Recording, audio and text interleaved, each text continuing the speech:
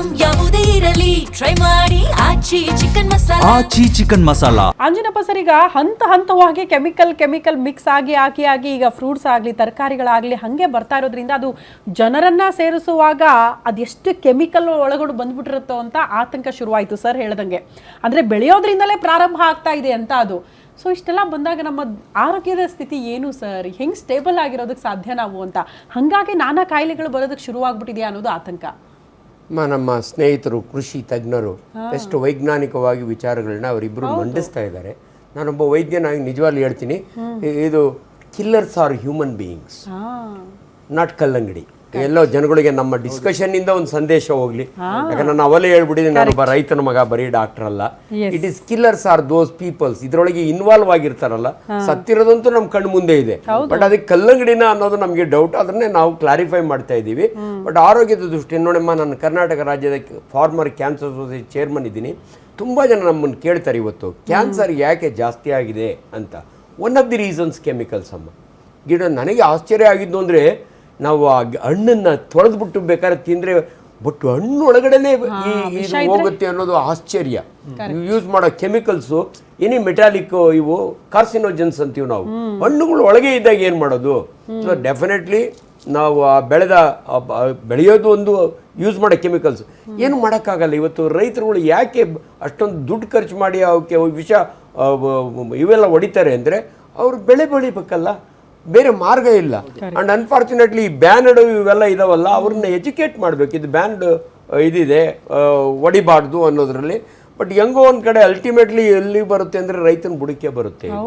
So ಎಲ್ಲ blame ಅವ್ರ ಮೇಲೆ. ಬಟ್ ಆರೋಗ್ಯದ ದೃಷ್ಟಿಯಿಂದ ಡೆಫಿನೆಟ್ಲಿ ಇವತ್ತು ಮನುಷ್ಯನ ಆರೋಗ್ಯ ಕೆಡಲಿಕ್ಕೆ ಇವೆಲ್ಲವೂ ಕಾರಣ. ಕೆಮಿಕಲ್ಸು, ಅವು ಯೂಸ್ ಮಾಡೋಂಥ ಸ್ಪ್ರೇಗಳು, ಆ್ಯಂಡ್ ನಾವು ಅದನ್ನು ಪ್ರಿಪೇರ್ ಮಾಡೋ ರೀತಿ ಆರೋಗ್ಯದ ದೃಷ್ಟಿಯಲ್ಲೇ ಬೇರೆ ಅಮ್ಮ ಇದು ಡೆಫಿನೆಟ್ಲಿ. ಸೊ ಆದ್ದರಿಂದ ನಾನಂತೂ ಒಬ್ಬ ಸರ್ಜಿಕಲ್ ಗ್ಯಾಸ್ಟ್ರೋಎಂಟರಾಲಜಿಸ್ಟ್ ಆಗಿ ಡೋಂಟ್ ಬ್ಲೇಮ್ ದ ಸ್ಟಮಕ್. ನಮ್ಮ ಸ್ಟಮಕ್ನ ಅದರೊಳಗೆ ಬಿರಿಯಾನಿ ಇದು ಎರಡು ಸೇರಿಕೊಂಡು ಮಿಕ್ಸ್ ಮಾಡಿ ಮನುಷ್ಯನ ಕೊಂದು ಬಿಡ್ತಾ ಇಲ್ಲಮ್ಮ. Stomach is A wonderful organ.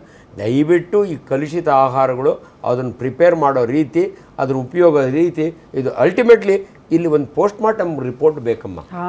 ಏನು ಕಾರಣ, ಯಾಕೆ 4 ಜನ ಸತ್ತರು, ಬೇರೆ ಏನಾದರೂ ರೀಸನ್ ಇತ್ತಾ, ಇದೆಲ್ಲವನ್ನು ಕೂಡ ಪೋಸ್ಟ್ ಮಾರ್ಟಮ್ ಇಲ್ದಿರೋ. ಹೌದು ಪರಿಣಿತ ಅವರೇ, ಈಗ ಬೇಸಿಗೆ ಕಾಲ, ಆಂಜನಪ್ಪ ಸರ್ ಆಗಲೇ ಹೇಳ್ತಾ ಇದ್ರು, ಹಸಿದಾಗ ಹಲಸಿನ ಹಣ್ಣು ತಿನ್ನು, ಹೊಟ್ಟೆ ತುಂಬಿದ ಮೇಲೆ ಬಾಳೆಹಣ್ಣು ತಿನ್ನು ಅಂತ ತಿನ್ಬೇಕು, ಜೀರ್ಣ ಶಕ್ತಿ ಜಾಸ್ತಿ ಆಗುತ್ತೆ ಅಂತ.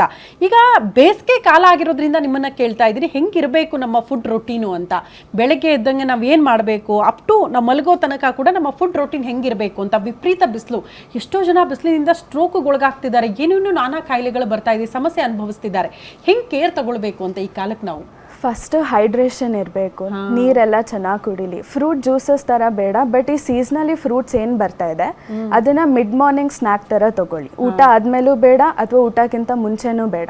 ಮಧ್ಯದಲ್ಲಿ 10:30 11 ಗಂಟೆ ಟೈಮಲ್ಲಿ ಸೈಂಟಿಫಿಕಲಿ ನಮ್ಮ ಬಾಡಿ ಅಬ್ಸಾರ್ಪ್ಷನ್ ತುಂಬ ಚೆನ್ನಾಗಿರುತ್ತೆ.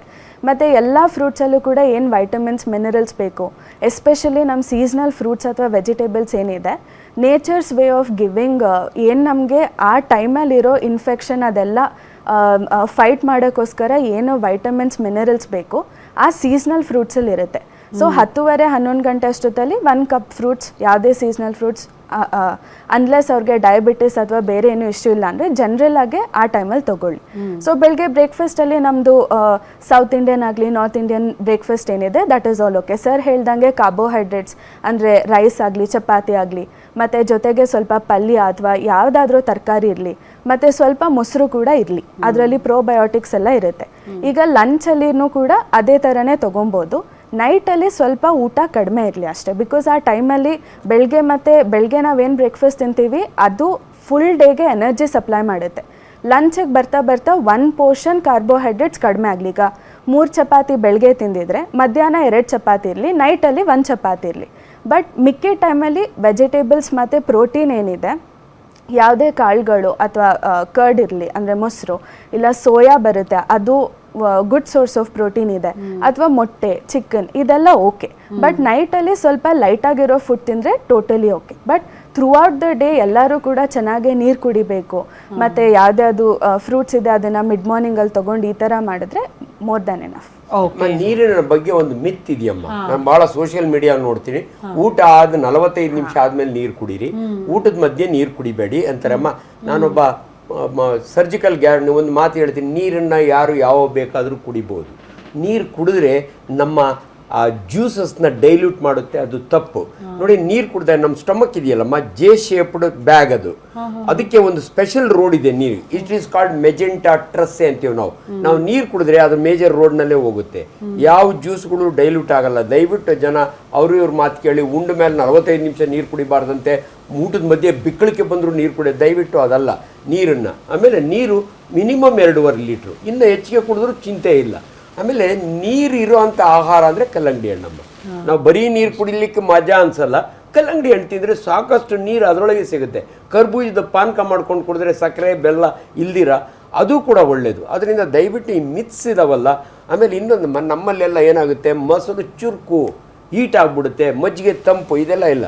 ಮೇಡಮ್ ಹೇಳಿದಂಗೆ ಮೊಸರಿನಲ್ಲಿ ಪ್ರೋಬಯೋಟಿಕ್ಸ್ ಆ್ಯಂಡ್ ಪ್ರೀಬಯೋಟಿಕ್ಸ್ ಇರ್ತವೆ, ನಮಗೆ ತುಂಬ ಒಳ್ಳೆಯದು ಅದು. ಸೊ ಅದರಿಂದ ಮೊಸರು ಮಜ್ಜಿಗೆ ನೀರಿನ ಬಗ್ಗೆ ಜನ ತಪ್ಪು ತಿಳುವಳಿಕೆನ ಬಿಡಿ ಅಂತ ಹೇಳಿ. ಓಕೆ ಗಿರಿ ಸರ್, ಈಗ ಇಷ್ಟೊತ್ತು ನಾವು ಕೆಮಿಕಲ್ ಬಗ್ಗೆ ತಳಮಟ್ಟದಿಂದಲೇ ಆ ಕೆಮಿಕಲ್ ಮಿಶ್ರಣ ಆಗಿ ಬರ್ತಾ ಇದೆ ಅನ್ನೋದ್ರ ಬಗ್ಗೆ ವೆಂಕಟೇಶ್ ಸರ್ ಎಕ್ಸ್ಪ್ಲೇನ್ ಮಾಡ್ತಾ ಇದ್ರು. ಇದಕ್ಕೆಲ್ಲ ಕಡಿವಾಣ ಹಾಕೋದು ಹೆಂಗೆ sir? Okay, anyway Venkatesh sir ಅದಕ್ಕೆ ಆನ್ಸರ್ ಮಾಡಬಹುದು ಅಂತ. ಇದಕ್ಕೆಲ್ಲ ಕಡಿವಾಣ ಹಾಕೋದು ಹೆಂಗೆ? ಜಸ್ಟ್ ಜಾಗೃತಿ ಮೂಡಿಸಿದ್ರೆ ಸಾಕ ಸರ್? ರೈತರು ಪಾಪ ಕಷ್ಟಪಟ್ಟು ಬೆಳಿತಾರೆ, ಓಕೆ, ಅಲ್ಲಿ ಸರಿ ಮಾಡ್ಬೋದು, ನೀವು ರೈತರಿಗೆ ಜಾಗೃತಿ ಮೂಡಿಸಿ ಸರಿ ಮಾಡ್ಬೋದು. ಆದರೆ ಮಧ್ಯವರ್ತಿಗಳನ್ನ ಅವ್ರನ್ನ ತಡೆಯಕ್ಕೆ ಸಾಧ್ಯನಾ? ಯಾರು ಅದನ್ನ ಮಾನಿಟರ್ ಮಾಡ್ತಾರೆ ಅನ್ನೋದು ಪ್ರಶ್ನೆ.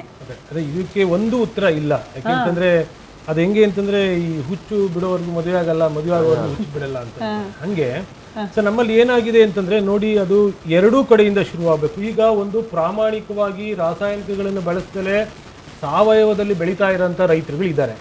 ಸೊ ಆ ರೈತರುಗಳ ಹತ್ರ ಗ್ರಾಹಕರಾದಂಥವ್ರು ಖರೀದಿ ಮಾಡಕ್ ಶುರು ಮಾಡಿದ್ರೆ, ನಿಧಾನವಾಗಿ ಅದಕ್ಕೆ ಡಿಮ್ಯಾಂಡ್ ಬರಕ್ಕೆ ಶುರುವಾದಾಗ ಬೇರೆ ರೈತರುಗಳು ಕೂಡ ಸಾವಯವ ವಿಧಾನಗಳನ್ನ ಅಳವಡಿಸ್ಕೊಳಕ್ಕೆ ಶುರುವಾಗ್ತದೆ. ಯಾಕೆಂದ್ರೆ ಎಲ್ಲರೂ ಕೂಡ ಬೆಳೆಯುವಂಥದ್ದು ಅದರಿಂದ ಒಂದಷ್ಟು ದುಡ್ಡು ಬರಲಿ ಅಂತ ಅನ್ನೋ ಉದ್ದೇಶದಿಂದ ಬೆಳೀತಾ ಇರ್ತಾರೆ. ಸೊ ಹಾಗಾಗಿ ಸಾವಯವದಲ್ಲಿ ಬೆಳೀತಾ ಇರೋಂಥ, ಉದಾಹರಣೆಗೆ ರೈತ ಮಾರ್ಕೆಟ್ಗಳು ಈಗ ಬೆಂಗಳೂರಿನಲ್ಲಿ ಶುರುವಾಗಿದ್ದಾವೆ. ಅಲ್ಲಲ್ಲೇ ರೈತ ಸಂಘದ ರೈತ ಮಾರುಕಟ್ಟೆಗಳು ಶುರುವಾಗಿದ್ದಾವೆ, ಕೆಲವು ಕಡೆ ಸಾವಯವ ಮಾರುಕಟ್ಟೆಗಳು ಶುರುವಾಗಿದ್ದಾವೆ. ಸೊ ಇಂಥ ಕಡೆಗೆ ಹೋದಾಗ ನಿಜವಾಗೂ ಗ್ರಾಹಕರಾದಂಥವ್ರಿಗೆ ರುಚಿ, ಅದರ ಒಂದು ಗಮಲು, ಅದರಿಂದ ಸಾವಯವ ಯಾವುದಂತ ಗೊತ್ತಾಗುತ್ತೆ ಡೆಫಿನೆಟ್ ಆಗಿ. ಒಂದು 2-3 ಸರಿ ಇವು ಬಳಸಿದ್ರೆ ನೀವು. ಸೊ ಹಂಗೆ ಅಂಥ ರೈತರಿಂದ ಖರೀದಿ ಮಾಡೋಕ್ಕೆ ಶುರು ಮಾಡಿದ್ರೆ ನಿಧಾನವಾಗಿ ಸಾವಯವ ಕೃಷಿ ಕೂಡ ಹಬ್ತಾ ಹೋಗುತ್ತೆ. ಇದು ಗ್ರಾಹಕರದ್ದು ಕೂಡ ಒಂದು ಜವಾಬ್ದಾರಿ ಇದೆ. ಸೊ ಒಳ್ಳೆಯದನ್ನು ನಾವು ಗುರುತಿಸಿ ಖರೀದಿ ಮಾಡಬೇಕಾಗುತ್ತೆ, ಮಾಡೋವಂಥದ್ದು. ಇನ್ನೊಂದು ಎರಡನೇದು ಸರ್ಕಾರದ ಕಡೆಯಿಂದ ಅಂತ ನೋಡಿದಾಗ ಡೆಫಿನೆಟ್ ಆಗಿ ಇದಕ್ಕೆ ಸಾಕಷ್ಟು ಪರಿಸರ ಚಳುವಳಿಗಳೇನಿದ್ದಾವೆ ಇವುಗಳು ಕೆಲಸ ಮಾಡಬೇಕಾಗುತ್ತೆ. ಯಾಕೆಂದರೆ ಈಗ ನೋಡಿ, ಕೇರಳದಲ್ಲಿ ಸಾಕಷ್ಟು ಕೆಮಿಕಲ್ಗಳನ್ನ ಬ್ಯಾನ್ ಮಾಡಿದ್ದಾರೆ. ತುಂಬ ಅವರು ಆರೋಗ್ಯದ ದೃಷ್ಟಿಯಿಂದ, ಅಂದರೆ ಭೂಮಿಯ ಆರೋಗ್ಯ ದೃಷ್ಟಿಯಿಂದ, ಜನರ ಆರೋಗ್ಯ ದೃಷ್ಟಿಯಿಂದ ಅಲ್ಲಿ ಸಾಕಷ್ಟು ಪಾಲಿಸಿ ಲೆವೆಲ್ ಕೆಲಸ ಮಾಡ್ತಾರೆ, ಸರ್ಕಾರನ ಇನ್ಫ್ಲೂಯೆನ್ಸ್ ಮಾಡ್ತಾರೆ. ಇದು ನಿಜವಾಗೂ ನಮ್ಮ ನೆಲಕ್ಕೆ ಜನಕ್ಕೆ ಅಪಾಯ ಇದೆ ಅಂತ. ನಮ್ಮಲ್ಲಿ ಅದು ಕೆಲಸಗಳು ಆಗಬೇಕಾಗಿದೆ. ಸೊ ನಾನು ಹೇಳಿದ್ನಲ್ಲ ಆಗಲೇ, ಕಪ್ಪವನ್ನು ಸಂದಾಯ ಆಗೋದ್ರಿಂದ ಯಾರು ಅಧಿಕಾರದಲ್ಲಿ ಇರ್ತಾರೆ ಅವರು ಈ ಕಂಪನಿಗಳ ಈ ಒಂದು ಕೆಮಿಕಲ್ಗಳ ವಿರುದ್ಧ ಅವರು ಏನು ಕ್ರಮ ತಾಣಲ್ಲ. ಸೊ ನೋಡಿ, ಒಂದು ಕೃಷಿ ಮೇಳ ಬಂದ್ರೆ, ಕೃಷಿ ಮೇಳ ಆಗ್ತಾ ಇರುತ್ತೆ, ರೈತರುಗಳು ಸಾವಯವ ಉತ್ಪನ್ನಗಳು ರೈತರ ಮಳಿಗೆಗಳಲ್ಲೆಲ್ಲೋ ಮೂಲೆಯಲ್ಲಿ ಕೊಟ್ಟಿರ್ತಾರೆ. ಎಂಟ್ರೆನ್ಸ್ ಹೋದ ತಕ್ಷಣ ದೊಡ್ಡ ದೊಡ್ಡ ಕೆಮಿಕಲ್ ಕಂಪನಿಗಳ ಬ್ಯಾನರ್ಗಳು, ಅವುಗಳ ಒಂದು ದೊಡ್ಡ ಸೆಟ್ಗಳು ಇರುತ್ತೆ. ಆದರೆ ಸರ್ಕಾರ ಆಗಿ ನಮ್ಮ ಒಂದು ಜವಾಬ್ದಾರಿ ಏನಿರುತ್ತೆ ಅಂದ್ರೆ, ಯಾವ್ದನ್ನ ನಿಯಂತ್ರಿಸಬೇಕು, ಯಾವ್ದನ್ನ ಪ್ರಮೋಟ್ ಮಾಡಬೇಕು ಅಂತ ಅನ್ನೋದು ಸರ್ಕಾರಕ್ಕೆ ಆ ಜವಾಬ್ದಾರಿ ಇರಬೇಕಾಗುತ್ತೆ. ಮತ್ತೆ ನಾವು ಕೂಡ ಅದನ್ನ ಒತ್ತಾಯವನ್ನ ಮಾಡಬೇಕಾಗುತ್ತೆ ಸರ್ಕಾರಕ್ಕೆ.